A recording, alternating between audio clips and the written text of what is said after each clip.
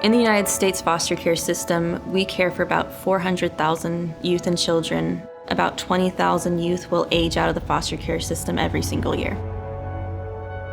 There's a gap in our aging out services right now. That's when they're most vulnerable. Aging out really means you've been in the foster care system, you've now reached the age where you're no longer considered a youth. It's time for you to move out of the placement.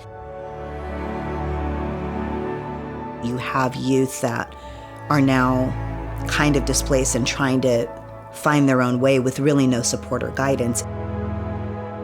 Those youth will experience higher rates of homelessness, incarceration, substance use and dependency, lower graduation rates in high school, and a very low college graduation rate. They are often targeted by traffickers. They struggle to find stability and not repeat the cycle for their children.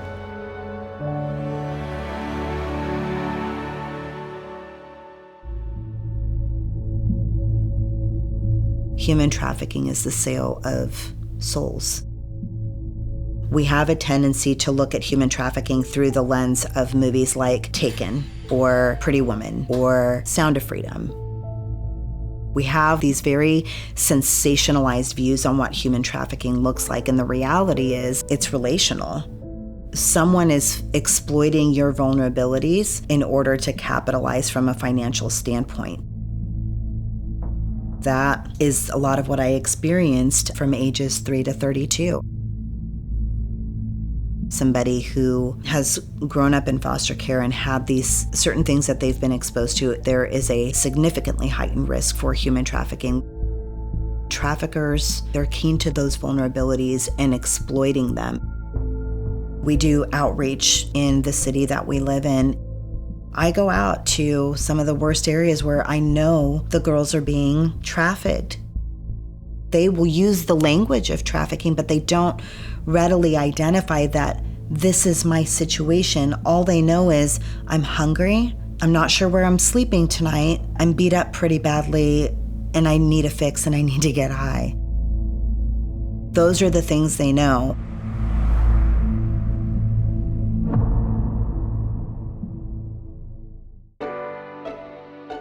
Who did this shot?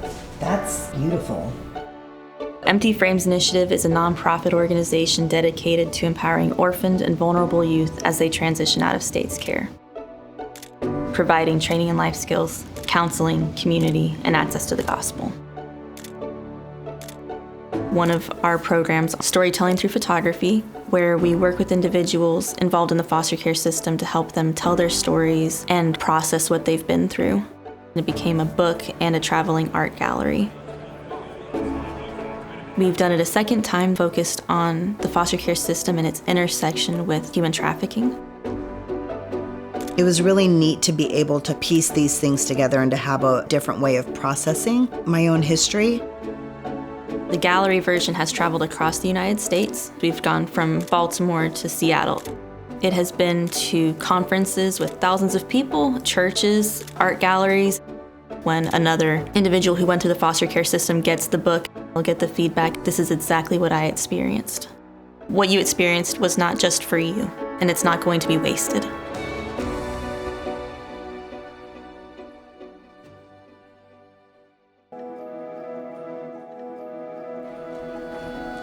We are launching the Overture program. Overture meaning this moment of expectation, and it leads into something beautiful. The Overture program is going to be serving youth who have aged out of foster care recently, ages between 18 and probably 24. It's been described as like a boot camp. It's gentler than that. The first month, they're getting counseling, time to themselves, time to reflect, a safe place to pause. The next month, we're talking to them about what their hopes, their dreams are. They're getting trained in soft skills in a way that lets them meet their community. Cooking, reading a recipe, how to change a tire. In the last month, we help position them for what they will be doing next, whether that's going into a much longer term program, going to college, We're going to make sure that they have connections to the resources that they need: housing, supportive services, a place to reset and start dreaming about what they want their lives to be.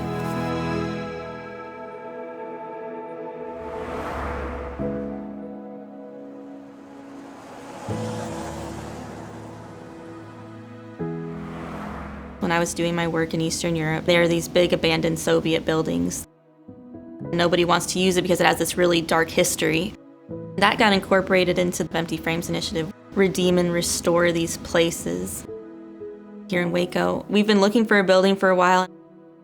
We went inside and it's pretty rough, but it was exciting because it's like a clean slate. Tons of opportunity, tons of space.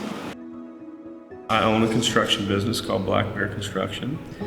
My wife and I started a nonprofit helping other couples adopt children. One of our pastors at our church introduced Miriam to me. It was a no-brainer for us, using our resources, our businesses, our foundation to support her. We want to do whatever it takes to help them see their vision come to life. We go upstairs and they were explaining, this used to be a hotel. There's already rooms. It's already outfitted to be a space that houses people in a private way. They'll have their own room, but we'll also have group living spaces. We'll have a really nice kitchen and living room, art spaces, a workout room. Downstairs, community members get to come in and teach life skills without invading what's just theirs. We would like to show you our elevator. Our elevator. Very close to Baylor. It's very close to the highway.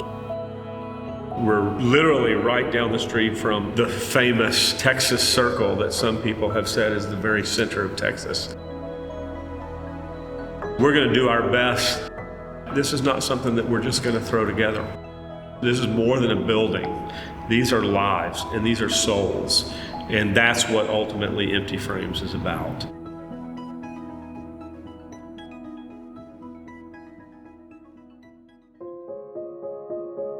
When I was around 17, a young lady prayed a gun out of my hand.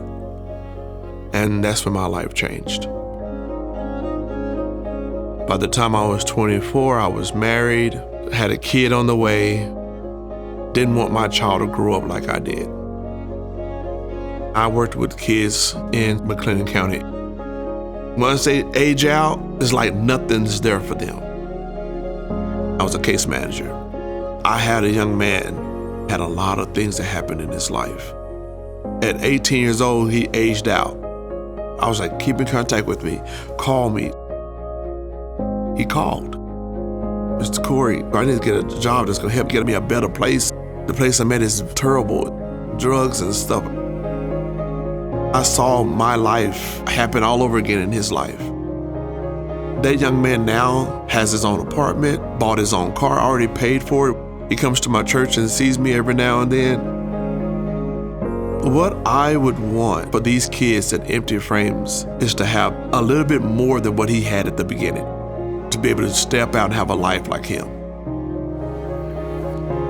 When I was young, I thought 20 was gonna be the age for me. I was gonna die by the time I was 20. And to see so many of my friends leave this world, everyone needs a place to be safe, to know that they're able to move forward in life and actually see themselves living past 19.